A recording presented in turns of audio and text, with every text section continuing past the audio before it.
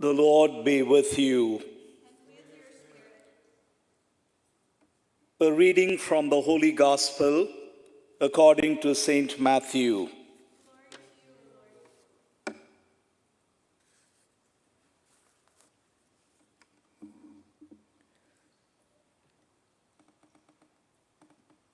The 11 disciples went to Galilee, to the mountain to which Jesus had ordered them.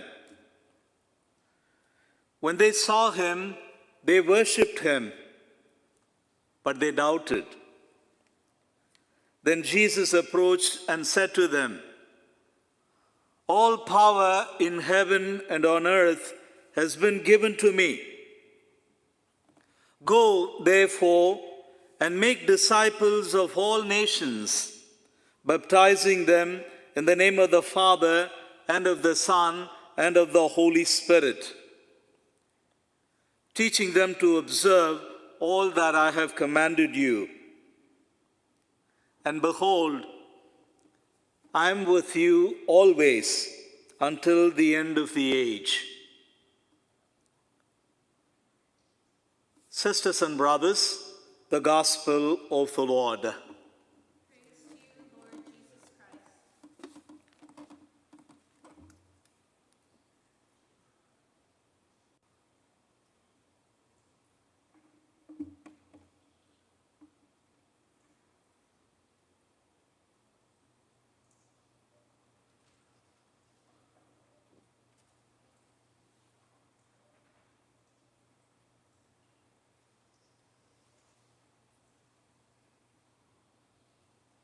In most musicals and many movies, there comes a moment when two or more main characters are separated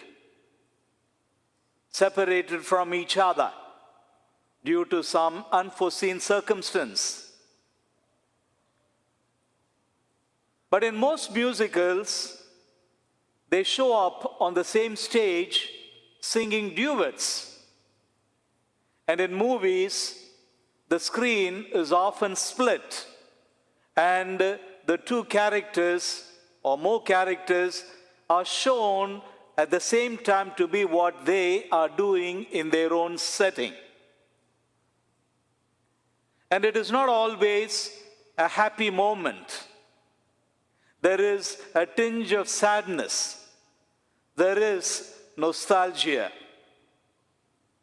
My dear sisters and brothers, John Mayer, in one of his songs of the same title, Split Screen Sadness, actually portrays this reality.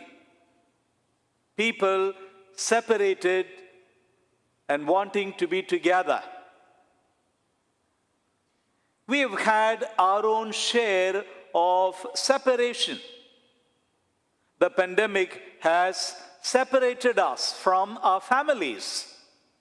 We are unable to be with them, to participate in graduations, to come together for birthday parties, or even to mourn together.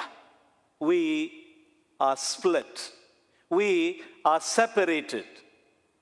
Even as a parish community, look at the church. It's empty, but for the two or three that are assisting us. And we are grateful that you are able to participate in this Eucharist from your homes.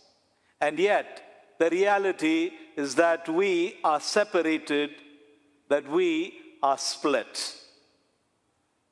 The feast that we celebrate today, the Ascension of the Lord, is what I would refer to as a kind of a split-screen sadness moment.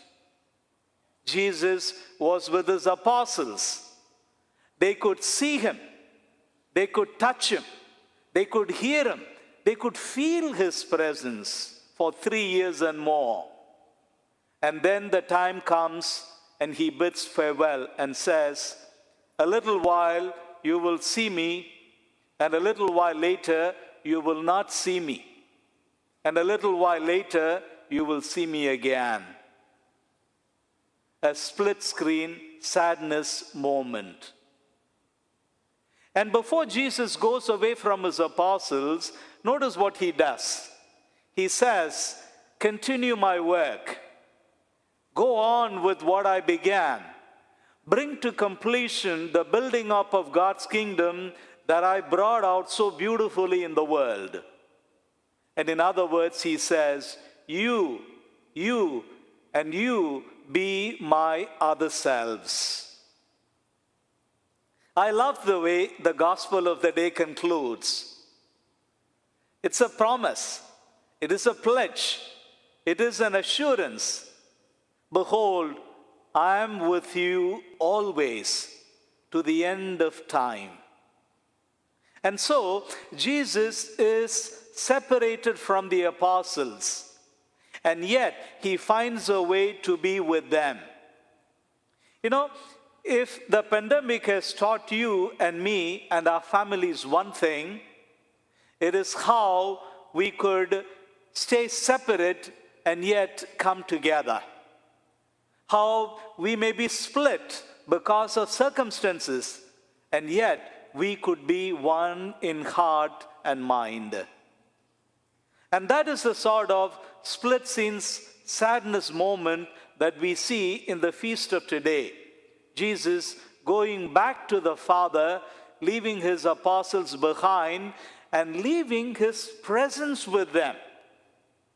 And next weekend, that's the presence that we'll celebrate.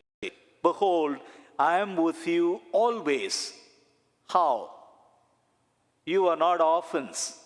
I will be with you, but not in my own form, but the Father and I will send you the Spirit, and in him and through him I will be present to you and present with you. And you will do greater thanks than I did because of my presence with you in the form of the Holy Spirit. And so, sisters and brothers, we may be separate, but we are united with Jesus. You and I may be split today, and yet we are in one mind and heart as we come together as a parish community for breaking bread from a distance. At the end of the day, God is beyond space and time, and he chooses to reveal himself to us, to present himself to us, to come to those that he chooses to reveal himself, and he is with us. To conclude, Jesus is not with us in bodily form, but he walks with us. He talks to us. He supports us. He is in step with us as we go through the journey of life. And as we go through this pandemic, broken, feeling almost defeated, know that God walks with you. He brings you his grace. He gives you his comfort. He is there to console you. And when you get complacent or discouraged, there he is to challenge you as the Spirit. I remember my days from my seminary. Every time I went home for my vacation at the end of the year, I always stopped in our neighbor's house before I went into mine, because there was Uncle Manohar who was always sick, and he would be there in his armchair. And when I went there that day with my little bag, coming home for vacation, I found Mrs. Manohar and said, "Auntie, where's Uncle Manohar?" And she paused and said, "If he were here, he would be there." And the chair was vacant. And I knew in that instance that he was no more. If he were here, he would be there. My dear sisters and brothers, it is so very different from Christ.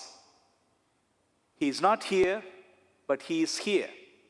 Even when he is not around, he is present in our midst because of who he is. And he is present all the more because of the Spirit that he pours down on us, the Holy Spirit, and she is with us to walk with us as Jesus walked, to support us as Jesus supports us, to reveal to us the mind and the heart of Jesus.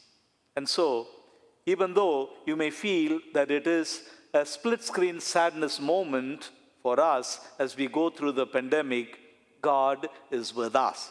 His Spirit is with us, like the Father who led his people a cloud by day and a flame by night, who made his presence known to his people by bringing manna when they were hungry and drawing water from the rock to quench their thirst. He is a good shepherd who comes seeking us out in our moments of desolation and sadness. The Spirit resides in us, bringing us comfort and consolation, challenging us. And so, sisters and brothers, Christ is not here, but he is here because he is who he is. And so, let us appreciate our God who said, "Behold, I am with you always to the end of time." He is with us. Let's feel assured that all will be well with us because he is with us.